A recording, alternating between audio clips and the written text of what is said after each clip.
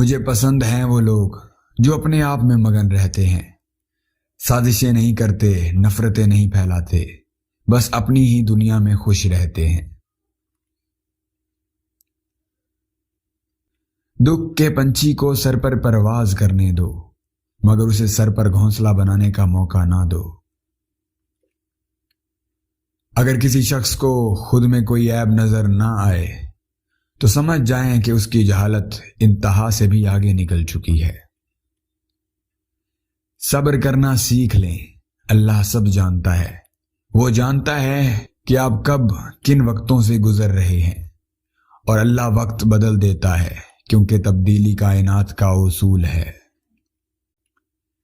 جو لوگ شدت غم میں رب کی رضا کا مزہ ڈھونڈ لیتے ہیں وہ تا حیات مزے میں رہتے ہیں۔ تم پانی جیسا بنو جو اپنا راستہ خود ہی بنا لیتا ہے، پتھر جیسا نہ بنو جو دوسروں کا راستہ بھی روک لیتا ہے۔ جو لوگ آپ کو ہارا ہوا دیکھنا چاہتے ہیں، در حقیقت وہ لوگ آپ سے جیت نہیں سکتے، اس لیے زندگی میں ہر اس شخص سے خوش رہیں جو آپ سے ناخوش ہے۔ جو ذہن اپنی لذتوں کا غلام اور جو روح اپنی خواہشوں کی قیدی ہوتی ہے وہ ایک بنجر زمین کی مانند ہوتی ہے۔ اللہ پاک فرماتا ہے، دعا وہ واحد چیز ہے جو پہاڑ کو بھی اپنی جگہ سے سرکا دیتی ہے۔ دعا انسان کی قسمت بدلنے کی طاقت رکھتی ہے، اور وہ دعا ہی ہے جو انسان کی بند قسمت کے سارے تالے کھول دیتی ہے۔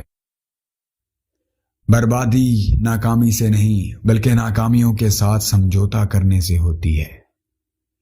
انداز بدل بدل کر کوشش جاری رکھیں، کیونکہ ضروری نہیں کہ مقدر کا دروازہ ہمیشہ پہلی دستک پر ہی کھل جائے۔ خاموش رہنے کے 5 بڑے نقصانات۔ 1.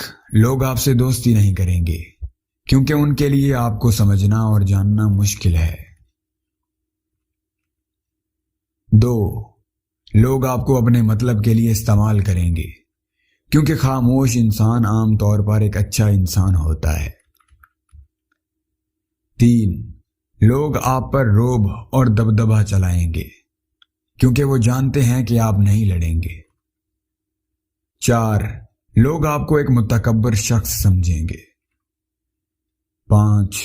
لوگ سوچیں گے کہ آپ ایک شرمیلے انسان ہیں۔ دوستو، امید ہے آپ کو ویڈیو پسند آئی ہے تو لائک کریں اور چینل کو سبسکرائب کرنا مت بھولیں۔ اللہ حافظ۔